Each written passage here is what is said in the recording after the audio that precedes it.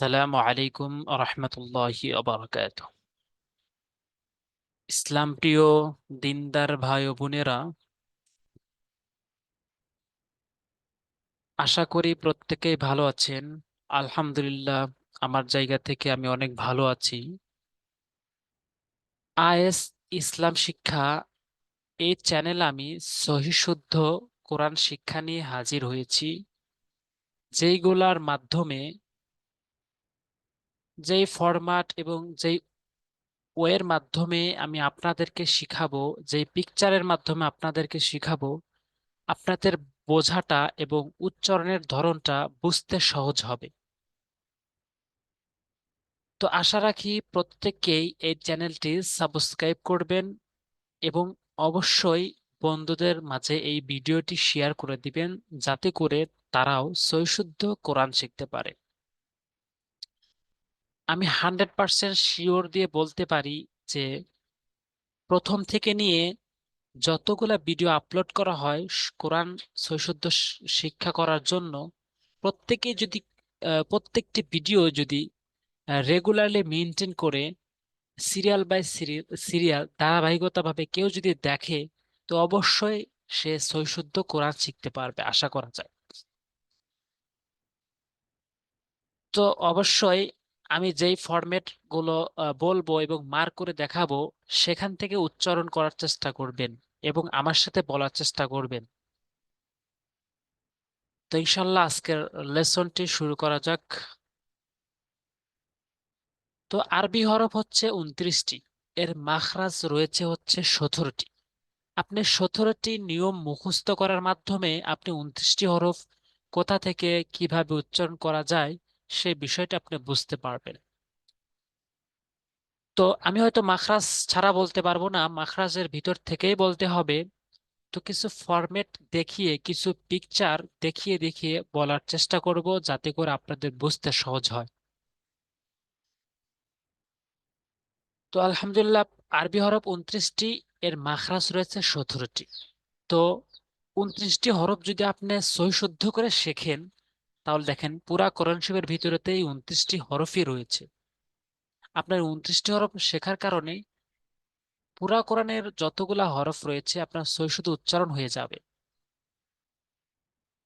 তো সহি তেলাওয়াত করার জন্য, নামাজ শুদ্ধ হওয়ার কারণে, শুদ্ধ হওয়ার জন্য আপনার শর্ত হচ্ছে আপনি 29টি হরফ সহি শুদ্ধ উচ্চারণ করবেন। দেন এর যে নিয়ম কানুন রয়েছে, সেই নিয়ম কানুনগুলা প্রয়োগ করে করে পড়তে হবে। তো প্রথম আরবি 29টি হরফের ভিতরে প্রথম হরফটি হচ্ছে আলিফ। দেখেন এখানে বাংলাও লেখা থাকবে, আপনারা দেখে পড়ে নেবেন এবং বুঝে নেবেন। আলিফ খুবই পাতলা, তাই সংক্ষিপ্ত রূপ নাই। এটা হচ্ছে আলিফ, সোজা একটা টান, এটা কারোর সাথে মিলিত হয় না। সোজা একটা টান, সবাই বুঝতে পারবেন। তো দেখা মাত্রই চেনা যাবে আলিফ। আলিফ, উপরের দাঁতগুলা ঠিক নিচের ঠোঁটে বসিয়ে দেবেন। আলিফ, আলিফ। এর পরে হচ্ছে বা। এই হরফটির নাম হচ্ছে বা। দুই ঠোঁট মিলিয়ে দুই ঠোঁটের ভিতরের অংশ যুক্ত করুন, মানে দুই ঠোঁট মিলাবেন। আমি যদি একটু মার্ক করে করে দেখাই, তাহলে বুঝতে সহজ হবে। আহ দেখেন এখানে উপরের ঠোঁট, এখানে নিচের ঠোঁট দুইটা মিলিত হয়ে গিয়েছে। তো মিলিত করে বা হরফটি আপনি উচ্চারণ করবেন, তাহলে আপনার সহি শুদ্ধ উচ্চারণ হবে। এরপর আসুন তা। জিহ্বার আগা উপরে দাঁতের গোড়ায় স্পর্শ করতে হবে। এই যে জিহ্বার দেখেন আগাতে একটা কালার রয়েছে। এই কালারটা জিহ্বার আগা আর উপরে দাঁতের গোড়ার সঙ্গে লাগাবেন। দেখেন পিকচার দেখলেই বুঝতে সহজ হবে। পিকচার দেখে দেখে আপনার হুবাহু সেভাবে উচ্চারণ করার চেষ্টা করবেন। তা, যার উপরে দুই নক্তা নায়ের মতো দেখা যায় এবং জিহ্বার আগাটা উপরের দাঁতের গোড়ার সঙ্গে মিলিত করে তা হরফটি উচ্চারণ করতে হয়। এরপরে সা।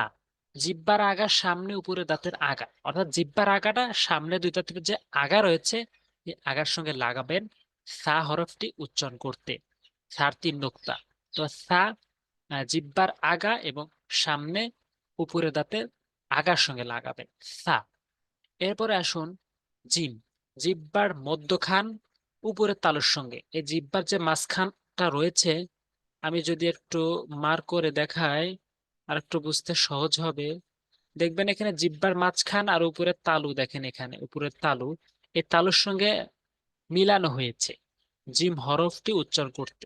তো জিম হরফটি উচ্চারণ করতে গেলে জিহ্বার মাঝখান আর উপরের তালুর সঙ্গে মিলিত হবে।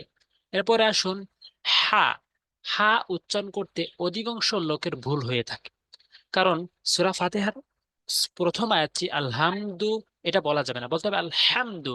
হলকের মাঝখান থেকে উচ্চারণ করতে হবে, হলকের শুরু থেকে নয়, হলকের মাঝখান থেকে আলহামদু। যখন আপনি এই হাটি উচ্চারণ করবেন, দেখেন পুরা কোরআনের ভিতরে লক্ষ লক্ষ হা রয়েছে। আপনার এই হা উচ্চারণ করার কারণে যত জায়গায় যত স্থানে হা রয়েছে সবগুলো আপনাদের ঠিক হয়ে যাবে। তো অবশ্যই সঠিকভাবে আমি আবারও আহ বলছি যে আপনার 29টি হরফ সহিভাবে উচ্চারণ করা শিখুন। যতদিনই লাগুক না কেন, 29টি হরফ যদি আপনার সহি শুদ্ধ শেখেন, পুরা কোরআন শরীফ আপনার জন্য সহি শুদ্ধ হয়ে যাবে। এরপরে হচ্ছে খ। খ হরফটি হলো কণ্ঠনালীর উপরিভাগ হতে নির্গত হয়। দেখেন এখানে এই যে কণ্ঠনালী, এই যে দেখছেন এখানে কালার করা, এখান থেকে উচ্চারণ করবেন খ। খ, বারবার উচ্চারণ করবেন খ। খ, খ। এরপর আসুন দাল। জিহ্বার আগা উপরের দাঁতের গোড়ায় স্পর্শ করুন। জিহ্বার যে আগা রয়েছে উপরের দাঁতের গোড়ার সঙ্গে লাগান তার মতো করে। তা, দাল, আরেকটি হচ্ছে ত, এই তিনটি হরফ একই রকম। তো এখানে দাল, দাল হরফটি জিহ্বার আগা উপরের দাঁতের গোড়ার সঙ্গে মিলিত হয়ে গিয়েছে। এরপর হচ্ছে সা। জিহ্বার আগা সামনে উপরের দাঁতের আগা, যেমন জিহ্বার আগাটা উপরের দাঁতের আগার সঙ্গে লাগাবেন সা হরফটি উচ্চারণ করতে। সরি, রাল। এই হরফটি হচ্ছে রাল। রাল, জিহ্বার আগাটা উপরের দাঁতের আগার সঙ্গে লাগাবেন এই রাল হরফটি উচ্চারণ করতে। রালের এক নোক্তা, রাল, রাল। আউযু বিল্লাহ বলবেন। কেউ অনেকেই বলে আউযু বিল্লাহ, বলা যাবে না, বলতে হবে আউযু বিল্লাহ। কারণ রালের উচ্চারণ হচ্ছে জিহ্বার আগা উপরের দাঁতের আগার সঙ্গে লাগাবেন রাল হরফটি উচ্চারণ করতে। এরপরে আসুন র। উপরের দাঁতের গোড়ার মারি জিহ্বা প্রান্তভাগ স্পর্শ করতে হবে, অর্থাৎ জিহ্বার যে আগা রয়েছে আর উপরে মারির দাঁতের আপনার উপরে আহ, প্রান্ত ভাগ স্পর্শ করতে হবে, উপরের ভাগ। দেখেন এই যেখানে পিকচার দেখলেই বোঝা যাচ্ছে জিহ্বার আগাটা উপরের সঙ্গে মিলিত হয়েছে। এইভাবে আপনি ট্রাই করবেন, যেমন র, র, র, র। এরপরে আসুন ঝা। জিহ্বার আগা সামনে নিচে দুই দাঁতের গোড়া, অর্থাৎ জিহ্বার যে আগা রয়েছে উপরে এবং নিচে দুই দাঁতের গোড়ার সঙ্গে লাগাবেন ঝা হরফটি উচ্চারণ করতে। এরপর আসুন সিন।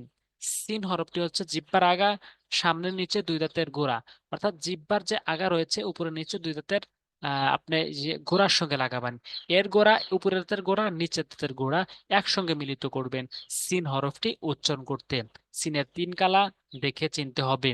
এরপরে হচ্ছে শিন। শিন দেখেন জিহ্বার মধ্যখানটা উপরের তালুর সঙ্গে মিলিত করবেন শিন হরফটি উচ্চারণ করতে। অবশ্যই আমি খুব দ্রুত চলে যাচ্ছি, আপনারা যেখানে বুঝবেন না সেখানে থামিয়ে থামিয়ে সেখানে উচ্চারণ করার চেষ্টা করবেন। এরপর হচ্ছে জিহ্বার আগা সামনে নিচের দুই দাঁতের গোড়া। দেখেন জিহ্বার আগাটা উপরে নিচে দুই দাঁতের গোড়ার সঙ্গে সিন, সিনের মতো করে সৎটা উচ্চারণ করবেন। সৎ, সৎ, সৎ বারবার উচ্চারণ করবেন। তারপর হচ্ছে দত। দেখেন দতটা উচ্চারণ জিহ্বার কিনারা মাড়ি দাঁতের গোড়ায় স্পর্শ করতে হবে, ডান দিকে অথবা বাম দিকে। অর্থাৎ জিহ্বার কিনারাটা এক সাইডটা মাড়ির দাঁতের গোড়ায় স্পর্শ, এই যে উপরে যে মাড়ি দাঁত রয়েছে এই পাশে, সেখানে স্পর্শ করতে হবে। দদ, দদ, দদ, দদ সঠিকভাবে উচ্চারণ করবেন। এরপর আসুন ত। তা এবং তার মতো করে ত হরফটি উচ্চারণ করতে হবে। জিহ্বার আগা এবং উপরের দাঁতের গোড়ায় স্পর্শ করতে হবে। জিহ্বার আগাটা দেখেন পিকচার দেখলে বোঝা যাবে, জিহ্বার আগাটা উপরের দাঁতের গোড়া। ত, ত, ত। এরপর হচ্ছে র। জিহ্বার আগার সামনে উপরের দাঁতের আগার সঙ্গে, অর্থাৎ সার মতো, সা এবং রালের মতো র হরফটি উচ্চারণ করবেন। জিহ্বার আগাটা উপরের দাঁতের আগার সঙ্গে র। এরপর আসুন আইন। কণ্ঠনালীর মধ্যভাগ হতে নির্গত হয়। যেমন আইন, এই দেখেন এখানে কালার করা রয়েছে, এখান থেকে উচ্চারণ করবেন আইন, চাপ দিয়ে ভর দিয়ে উচ্চারণ করবেন। এরপর হচ্ছে গইন, কণ্ঠনালীর উপরে ভাগ হতে নির্গত হয়। কণ্ঠনালীর উপরে ভাগ, যেমন দেখেন এখানে কালার করা রয়েছে, দেখলে বুঝতে পারবেন গইন হরফটি কোথা থেকে উচ্চারণ হয়। গইন, গইন, গইন, গইন। এরপরে হচ্ছে ফা, ফা। দেখেন উপরের দাঁত ও নিচের ঠোঁট, উপরের দাঁত আর নিচের ঠোঁট। দেখেন এখানে যদি আমি একটু মার করে দেখাই তাহলে সহজেই বোঝা যাবে। দেখেন উপরের দাঁত আর নিচের ঠোঁট, ফা, ফা। এরপর হচ্ছে কাফ, জিহ্বার গোড়া থেকে একটু সামনে উপরের তালু, অর্থাৎ জিহ্বার যে গোড়া রয়েছে তার একটু যে উপরের জায়গাটি রয়েছে কালার করা, সেটা উপরের তালুর সঙ্গে লাগাবেন কাফ হরফটি উচ্চারণ করতে। এটা হচ্ছে কাফ, কাফ, কাফ। এবার হচ্ছে লাম, জিহ্বার আগা উপরের দাঁতের মাড়ির সঙ্গে লাগাতে হবে। লাম, জিহ্বার যে আগা উপরের দাঁতের মাড়ির সঙ্গে লাগাবেন। লাম, লাম, লাম, লাম। বারবার উচ্চারণ করবে আমার সাথে, লাম, লাম। এরপর হচ্ছে মিম, ঠোঁটের বহির্ভাগ যুক্ত করতে হবে। যেমন এই যে, মিম, দুই ঠোঁটের ভেজা অংশ, বহির্ভাগ ভাগ। যেমন একদম দেখেন এখানে পিকচার দেখলে বোঝা যাবে কিভাবে উচ্চারণ করতে হবে। মিম, মিম, মিম, মিম। এরপরে হচ্ছে নুন, জিহ্বার আগা উপরে দাঁতের মাড়ি গোড়া থেকে একটু উপরে, যেমন জিহ্বার এই আগাটা মাড়ির তার একটু উপরে লাগাবেন। নুন, উপরে দাঁতের মাড়ির গোড়া থেকে একটু উপরে। দেখেন কোথা থেকে দেখলে বোঝা যাবে। নুন, মুখ গোল করে উচ্চারণ করবেন। নুন, নুন, নুন। এরপরে হচ্ছে ওয়াওটি, ওয়াও কিভাবে উচ্চারণ করতে হয়, দুই ঠোঁটের গোলাকার করুন, যেমন দুই ঠোঁট গোল করে উচ্চারণ করবেন। Wow, wow, wow. এরপরে হচ্ছে হা, হা দেখেন হলকের শুরু থেকে এখানে পিকচার দেখলে বোঝা সহজ হবে। দেখেন এখানে একটু কালার করা রয়েছে হলকের শুরু থেকে, যেমন হা, হা। এরপর হচ্ছে হামজা, কণ্ঠের নিম্ন ভাগ হতে, যেমন হলকের শুরু থেকে হা, হামজা।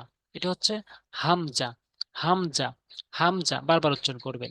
এরপর হচ্ছে জিহ্বার মধ্যখান উপরের তালুর সাথে, যেমন জিহ্বার মধ্যখান আর উপরে বরাবর তালুর সঙ্গে লাগাবেন। ইয়া, ইয়া।